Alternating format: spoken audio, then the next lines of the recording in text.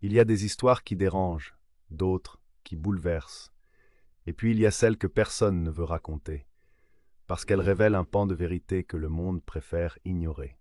Le 8 mars 2014, un avion disparaît des radars. Le vol MH370 de la Malaysia Airlines, avec ses 239 passagers à bord, se volatilise au-dessus de l'océan Indien. Des débris seront retrouvés des années plus tard, dispersés sur des plages isolées. Mais les corps, les boîtes noires, l'épave, rien. Silence total. Et pourtant, un homme serait revenu, un passager déclaré mort, identifié comme tel par les autorités. Sauf qu'un jour, il réapparaît. Amaigri, méconnaissable, hagard. Il s'appelle Ben. Et ce qu'il raconte déte l'entendement. Ce récit vous plongera dans les ténèbres d'un mystère international, mais aussi dans l'inexplicable, dans le dérangeant, dans l'inavouable. Que s'est-il vraiment passé ce soir-là? Et surtout, qu'a-t-il vu? Accrochez-vous. Ce que vous allez entendre ne vous laissera pas indemne. Bienvenue sur Essence des Mystères. Si vous aimez les vérités enfouies, les récits qu'on nous cache, les énigmes troublantes, alors abonnez-vous et activez la cloche. Car ici, les mystères ne dorment jamais. Laissez un like, ça nous aide à continuer à creuser là où personne n'ose le faire. Le 7 février 2021, dans un petit poste de police rurale du sud du Laos, un homme se présente. Il ne parle pas. Il ne semble pas comprendre le dialecte local. Il est vêtu de haillons, porte une vieille veste de pilote élimée et tient dans sa main un petit carnet aux pages déchirées. On le prend d'abord pour un sans-abri, peut-être un vétéran traumatisé. Mais lorsque les autorités locales examinent ses empreintes digitales, transmises par courriel au centre régional de Vientiane, une réponse automatisée fait frissonner l'agent devant l'écran. Le système remonte à une base de données de Interpol, classée sous le code MH36529. Ce code est clair. Disparu, présumé mort, victime du vol Malaysia Airlines MH370. Porté disparu le 8 mars 2014. L'homme s'appelle Benjamin Reed, un entrepreneur canadien de 36 ans, autrefois en voyage d'affaires vers Pékin. Et cet homme avait été déclaré officiellement mort 7 ans plus tôt. Lorsque la nouvelle fuite dans les réseaux diplomatiques, la presse mondiale s'en empare timidement. Trop de questions, trop peu de réponses. Est-ce un imposteur, un cas d'homonymie, un traumatisé mental? Mais l'analyse ADN vient balayer tous les doutes. C'est bien Ben. Il est rapatrié discrètement au Canada. Aucune déclaration officielle n'est faite. Mais une infirmière de l'hôpital universitaire de Montréal, qui prend soin de lui, raconte anonymement au Toronto Herald. Il ne dort pas, il murmure la nuit, il dessine des symboles sur les murs, il parle d'une lumière sous la mer, il répète sans cesse que le ciel n'a pas de fin et que l'avion n'est jamais tombé. Un comité secret, composé d'enquêteurs indépendants, d'anciens membres du renseignement canadien et d'un journaliste spécialisé en disparitions aériennes, Jean-Pierre Moreau, décide de documenter ses propos. Ce dernier écrit dans ses notes « Ce que Ben raconte est tout simplement irréel. Soit il ment avec une imagination digne de Lovecraft, soit il a vu quelque chose que l'on n'est pas censé voir. » Après des semaines de silence, Ben demande une chose, un vieux dictaphone. Il veut enregistrer son témoignage lui-même. Son visage est creusé, ses mains tremblent, ses pupilles dilatées, comme s'il vivait encore une terreur intérieure permanente. Voici la retranscription mot pour mot de sa première déclaration, datée du 2 mars 2021. Si vous écoutez ceci, c'est que vous cherchez la vérité. Mais je vous préviens, la vérité est une malédiction. J'ai survécu, oui, mais parfois je me demande s'il ne valait pas mieux mourir avec les autres. Ce soir-là, le ciel a basculé. L'avion a disparu. Oui, mais pas comme vous le croyez. Ce n'est pas une panne, ce n'est pas une explosion, c'est une absorption. Les enquêteurs, sceptiques mais intrigués, le laissent continuer. C'est à partir de là que l'affaire prend une tournure surnaturelle, voire cosmique. Selon Ben, tout se passe à 1h21 du matin, heure de Kuala Lumpur. Il dort à moitié lorsqu'un changement brutal dans la pression de la cabine le réveille. Les lumières d'appoint clignotent. Un bruit sourd, comme un battement de cœur titanesque, se fait entendre. Ce n'est ni un moteur, ni une turbulence. Les autres passagers commencent à paniquer. Il affirme que le capitaine Zahari Ahmad Shah était lui-même en état de confusion. La voix du commandant de bord aurait alors été entendue dans les haut-parleurs, mais ces mots étaient en boucle, comme une cassette rayée. Nous allons, nous allons, nous allons. Puis tout devient noir, plus de bruit, plus de lumière, plus rien. Une absence de sensation totale. Pas un crash, pas une chute, comme si le temps avait cessé d'exister.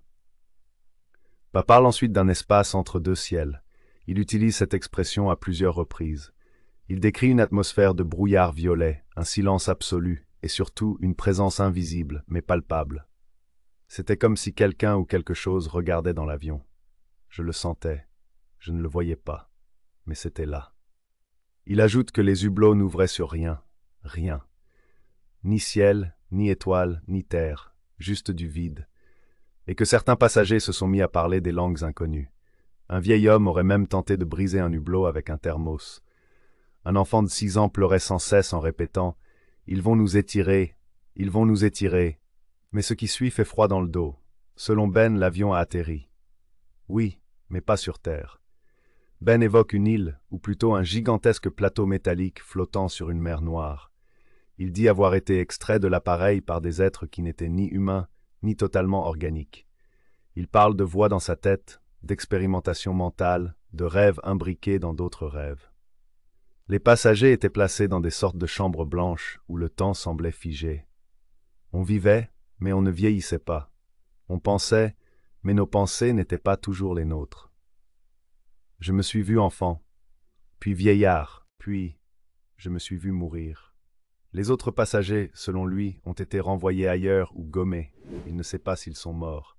Il dit avoir réussi à s'enfuir grâce à une brèche apparue soudainement.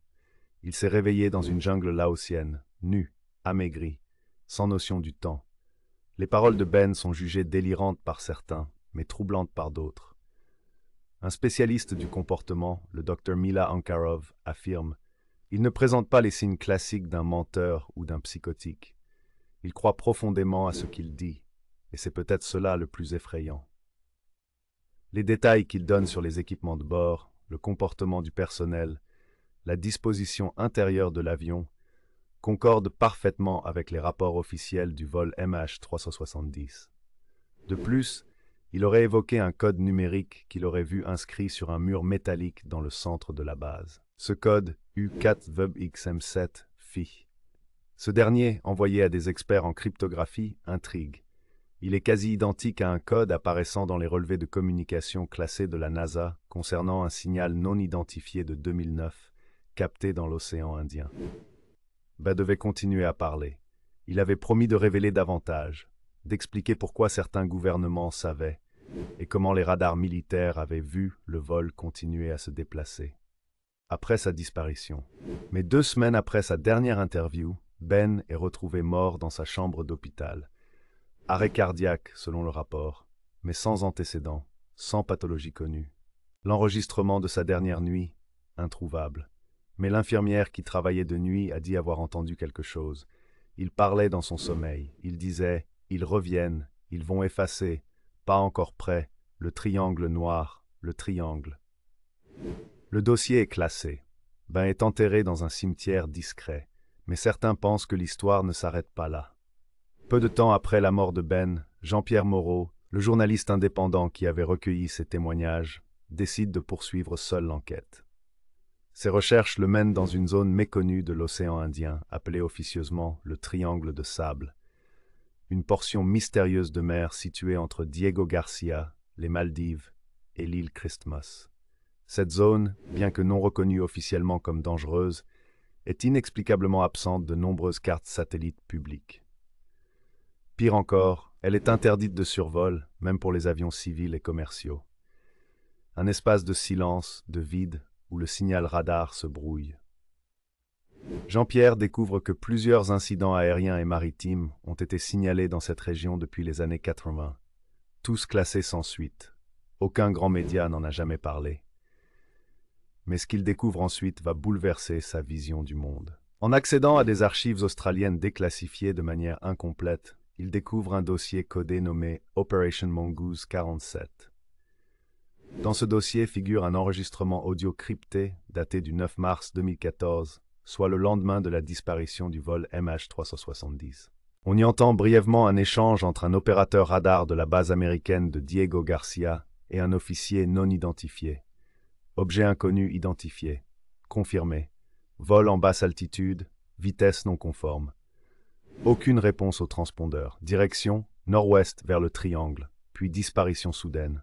Plus troublant encore, une image satellite floue, censurée partiellement, montre un objet triangulaire noir posé sur la mer, semblant générer une forme de perturbation magnétique mesurée par les instruments de bord du satellite militaire. Ce triangle correspond exactement aux descriptions faites par Ben avant sa mort. Il parlait constamment du triangle noir, comme d'un portail vivant ou d'une entité machine.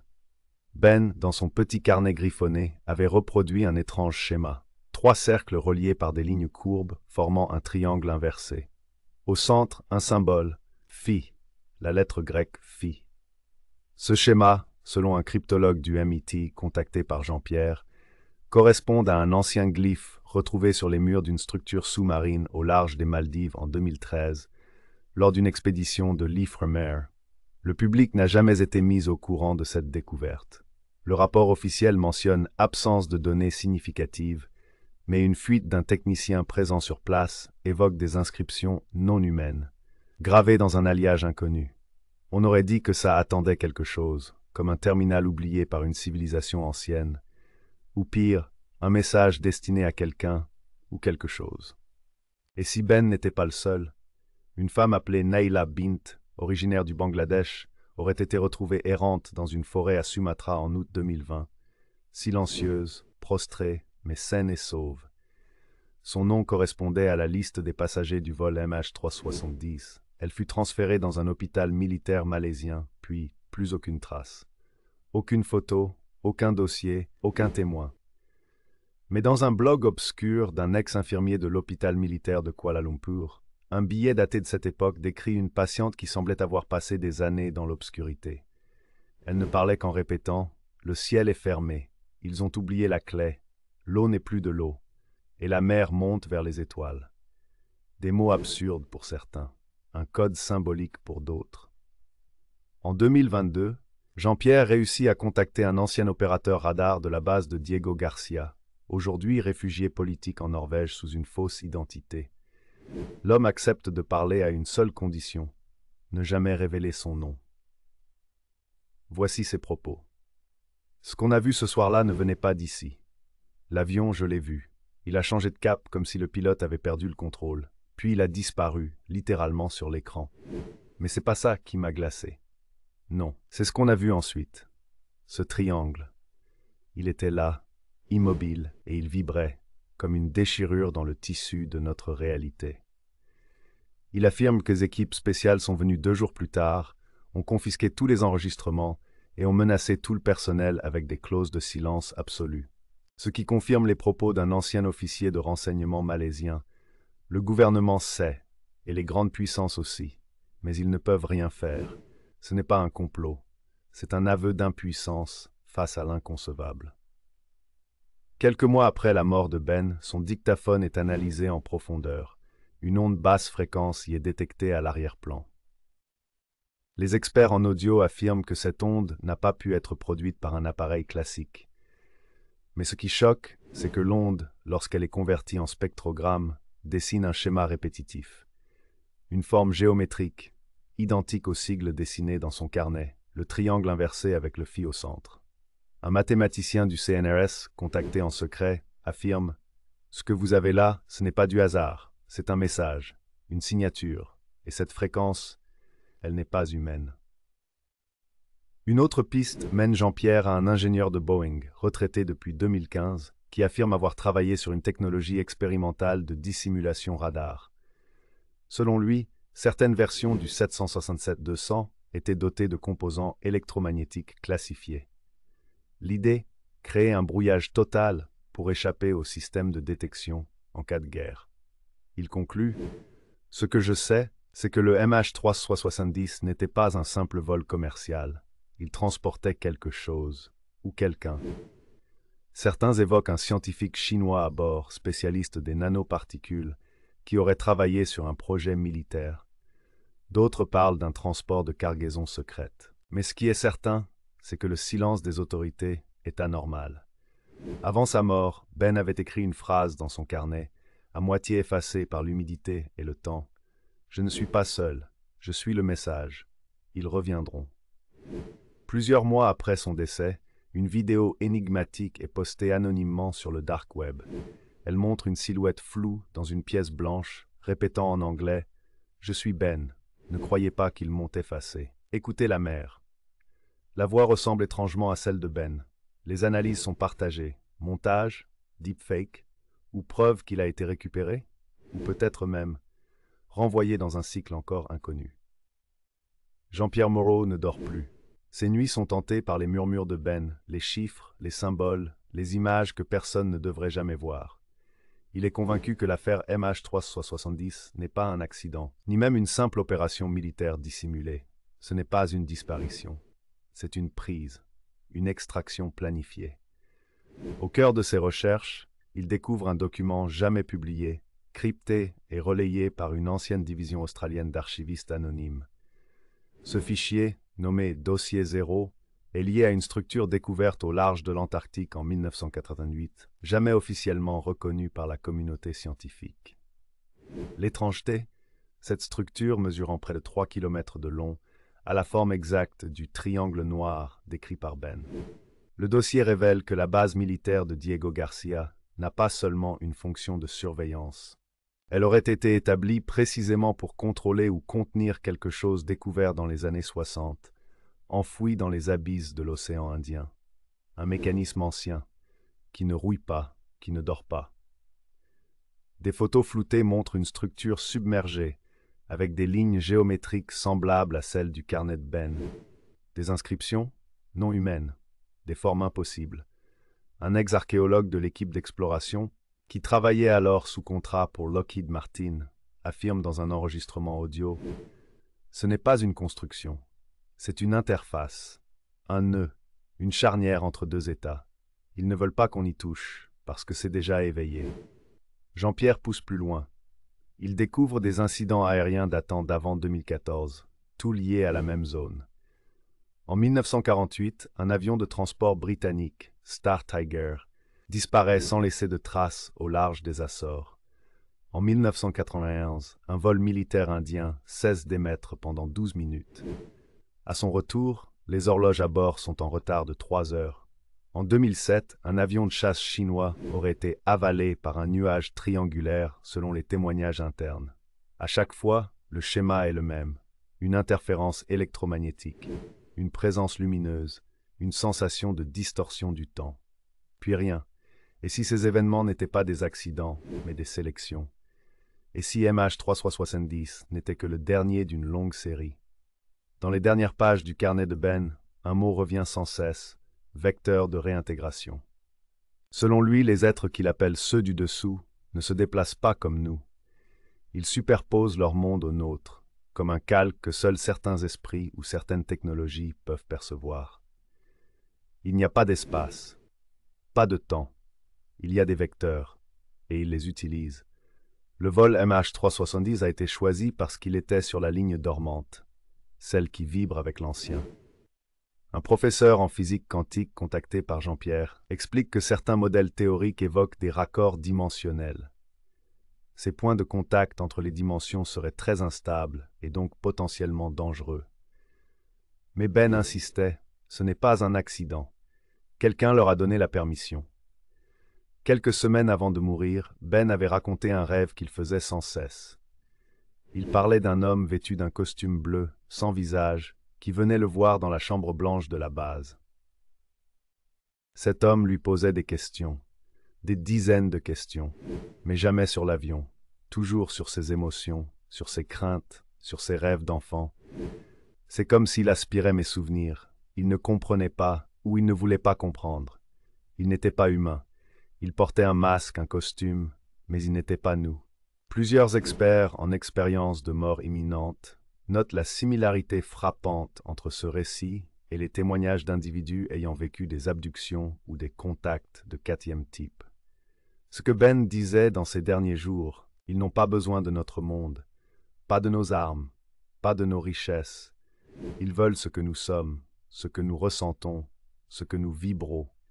Ils étudient ce que signifie être humain. Et c'est là que tout bascule. Jean-Pierre découvre que 3 autres personnes dans le monde ont laissé derrière elles des messages similaires, après des disparitions mystérieuses. En Norvège, une femme disparue en 1989, revenue en 2003, parlait d'un son grave qui enterre la pensée. Au Chili, un pilote d'hélicoptère militaire, réapparu sans explication après 5 mois d'absence, a griffonné les mêmes symboles que ceux du carnet de Ben. En Russie, un garçon de 12 ans affirme que le ciel est une porte vivante. Il est interné. On l'accuse d'inventer. Mais aucun lien officiel n'est jamais établi. Toujours la même réaction. Silence, secret, incrédulité. Un dernier document obtenu par Jean-Pierre est probablement le plus troublant. Il s'agit d'un mémo interne d'une cellule d'observation géophysique située en Australie, daté du 7 mars 2014 à 23h14, quelques heures avant la disparition du vol MH370. Le mémo est bref. L'activité du point d'ancrage U-47 dans le secteur Oméga vient de s'intensifier. Préparer séquence d'alignement. Tout est conforme. Extraction probable à 0 en œuvre locale. Signé par un certain SG, aucune trace d'un scientifique de ce nom. Aucun moyen de savoir d'où provient exactement ce message. Mais s'il est authentique, cela signifierait que le vol MH372 n'a pas été pris par hasard. Quelqu'un, quelque part, a autorisé ce transfert, comme une offrande. Une expérience, un échange. Aujourd'hui encore, aucun corps du vol MH370 n'a été retrouvé. Les boîtes noires, pourtant conçues pour résister au pire crash, n'ont jamais été récupérées. Les signaux satellites, incohérents, fragmentés, évoquent un appareil qui a continué de voler, bien après sa disparition officielle. Et Ben? Peut-être était-il un survivant choisi, ou un messager. Mais ce qu'il a laissé derrière lui, les symboles, les voix, les fragments de phrases, tout cela semble pointer vers une vérité encore plus dérangeante que la mort. Le vol MH370 n'a pas été détruit. Il a été absorbé. Il est là, quelque part, dans un lieu qui n'est pas un lieu, retenu par une intelligence qui n'a rien d'humain.